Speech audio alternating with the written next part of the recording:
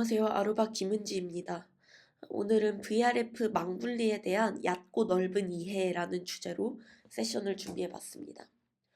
제가 VRF라고 칭하기는 했지만 일반적으로 글로벌하게나 이야기하는 것들을 보면 사실 바프라고 이야기를 하는 경우가 더 많습니다. 그러다 보니 VRF랑 바프라는 표기를 좀 혼용해서 사용을 하려고 하고요.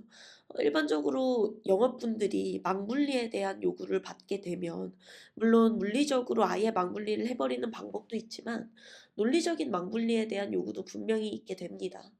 그럴 경우 VRF를 논하게 되는데요. 이 VRF가 실제로 어떤 것인지, 또 어떻게 실제 논리적인 망분리가 가능하다는 것인지 좀 간단하게 설명을 해드리도록 하겠습니다.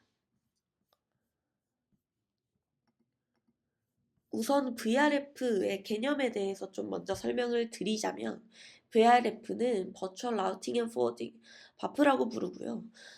보이시는 것처럼 하나의 물리적인 라우터에서 여러 개의 독립된 가상 라우팅 테이블들을 동시에 러닝하게 해주는 가상화 기술입니다. L3 기술이고요. 좀 비유를 들자면 VLAN 같은 경우 L2 기술이죠. 여러 개의 V랜드를 하나의 어떤 물리적인 스위치에 정의할 수 있다는 거는 마치 저희가 물리적인 스위치 내부에 여러 개의 어떤 VLAN 100번, VLAN 200번을 다루는 여러 개의 가상 스위치를 생성한 것과 같은 효과를 보입니다. 이것과 유사하게 이 VRF도 어떤 하나의 물리적인 이 라우터, L3 기능을 해주는 라우터 안에 가상 VRF를 통해서 별도의 가상 라우터를 생성하게 되는 겁니다. 마치 가상 라우터를 실제로 생성했다는 말은 아니고 실제 가상 라우터를 생성한 것처럼 라우팅 테이블들이 분리가 됩니다. 그래서 일반적으로 CX의 경우에는 VRF가 디폴트가 하나가 있고요. 라우팅이 활성화된 모든 인터페이스들은 기본적으로 디폴트라고 하는 글로벌 VRF에 매핑이 됩니다. 즉 이 모든 인터페이스들, 라우팅이 활성화된 모든 인터페이스들이 동일한 바프에 속하게 되고요. 그렇다 보니 이런 VRF-A, VRF-B 이런 것들은 별도로 바프를 생성을 해 주셔야 됩니다. 그래서 이렇게 바프를 별도로 만들어 두게 되면은 실제로 이 바프들이 별도의 라우팅 테이블들을 서로 각각 가지고 가기 때문에 당연히 이 바프 A에 속해 있는 라우팅 테이블에 있는 대역들은 B의 라우팅 테이블에 적혀져 있지 않다면, 가지고 있지 않다면 당연히 통신할 수 없습니다. 물론 VRF끼리 바프 리킹을 통해서 VRF A와 B는 기본적으로 절대 통신이 되지 않고 아예 다른 대역을 가지고 있고 다른 망으로 분리되어 있지만 A와 B 간에 통신을 할 수 있는 VRF 리킹을 통해서 구성을 할 수도 있습니다만 기본적으로는 완전히 분리되어 있는 망으로 생각을 해야 한다. 그런 식으로 망 분리가 된다. 그래서 좀 더 상세하게 좀 보여드리면 바프를 통한 망분리인데요. 이건 하나의 스위치이고요. 인터페이스가 1번, 2번은 바프 A가 활성화되어 있고 3번, 4번에는 바프 B를 어플라이 해놨습니다. 이렇게 각각 다른 바프를 어태치를 해놨을 때 당연히 통신은 이 바프 A는 A끼리, B는 B끼리 가능합니다. 왜냐면 라우팅 테이블이 이렇게 바프 A의 라우팅 테이블, 바프 B의 라우팅 테이블로 분리가 되어 있기 때문입니다.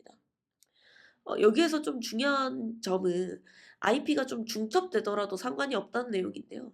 물론 이 바프 B에서 똑같이 1.100이 2개 있으면 문제가 되겠지만은 지금 VRF A와 B로 분리가 되어 있기 때문에 실제로 통신을 VRF A끼리 통신을 할 때 이 스위치 안에 19168.1.100이 2개가 있더라도 다른 물리적인 테이블을 가지고 있기 때문에 충돌이 되지 않는다라는 부분을 좀 확인해 주시면 되고요. 어, 이렇다 보니 실제로 스위치 안에서도 VRF가 어떤 식으로 나뉘어져 있고 어떻게 통신이 되는지도 좀 추가로 보여드리도록 하겠습니다.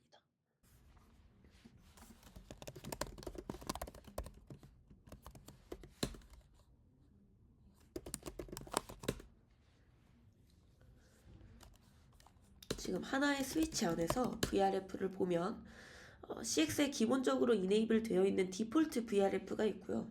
이건 사실 키벌라이브용으로 제가 별도로 만들어 놓은 건데 임의로 보여드리겠습니다. KA라고 하는 버프가 별도로 있습니다. 그럼 라우팅 테이블을 봤을 때 어떻게 보이냐? 그냥 show IP 라우트 이렇게 치면 기본적으로 뒤에 VRF 디폴트가 붙어서 나옵니다. 그렇다 보니 다른 버프의 라우팅 테이블은 보이지 않습니다. 그렇죠? 그래서 아까 봤었던 KA를 보면 이렇게 나오고요. 그럼 지금 이 VRF 간에 서로 다른 라우팅 테이블을 가지고 있습니다. KA에서 보면은 KA가 가지고 있는 이 대역의 10.1.9.1은 가지고 있지 않습니다. 그렇다 보니까 핑을 하게 되면 물론 일반적으로 9점 대역에 핑을 쳤을 때 그냥 이렇게 치게 되면 뒤에 VRF 디폴트가 붙어 있기 때문에 이 10.1.9점대에 대한 라우팅을 가지고 있는 상황으로서는 당연히 똑같이 통신이 됩니다. 보이시는 것처럼 뒤에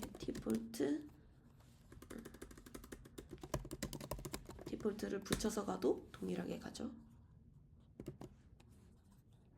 그러나 이 뒤에 10.1.9.1로 핑을 보낼 건데 VRF KA를 붙여서 가게 되면 이제부터는 이 KA의 라우팅 테이블에 9.1에 대한 라우팅 값들이 정의되어 있지 않습니다.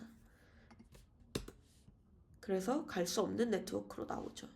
이런 식으로 실제 VRF들이 각각 다른 라우팅 테이블들을 가지고 있고 또 그 라우팅 테이블에 별도로 어떤 라우팅 설정들을 커넥티드든 로컬이든 아니면 동적으로 다이나믹하게 라우팅이 되어 있든 이 VRF들이 어태치되어 있지 않은 경우에는 본인의 같은 스위치라 하더라도 해당하는 라우팅 테이블 내역이 없으면 통신할 수 없습니다.